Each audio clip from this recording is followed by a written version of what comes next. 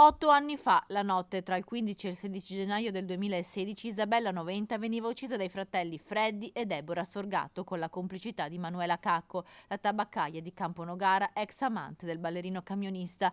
Oggi la donna potrà uscire dal carcere una volta alla settimana per 4 o 5 ore per andare a fare volontariato.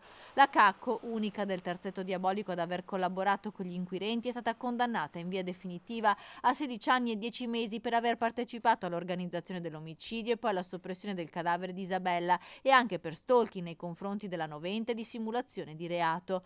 Manuela Cacco, la notte del delitto, si era anche prestata alla messa in scena camminando nelle piazze di Padova indossando il giubbetto bianco di Isabella e fingendo di essere la donna per depistare le indagini. Manuela Cacco è rinchiusa da 8 anni nel carcere della Giudecca a Venezia. Ha scontato metà della sua pena, uscirà un solo pomeriggio alla settimana. Il suo avvocato però non esclude che più avanti possa anche iniziare a fare delle attività lavorative. La notizia della sua attività di volontariato arriva nel giorno dell'anniversario della morte di Isabella, il cui corpo non è mai stato ritrovato. Per la famiglia Noventa si tratta di un nuovo dolore. Comunque la Cacco, anche lei ha deciso di uccidere mia sorella insieme agli altri 3, anche se non è stata l'esecutrice materiale, ma comunque lei aveva premeditato assieme agli altri 2 di uccidere mia sorella.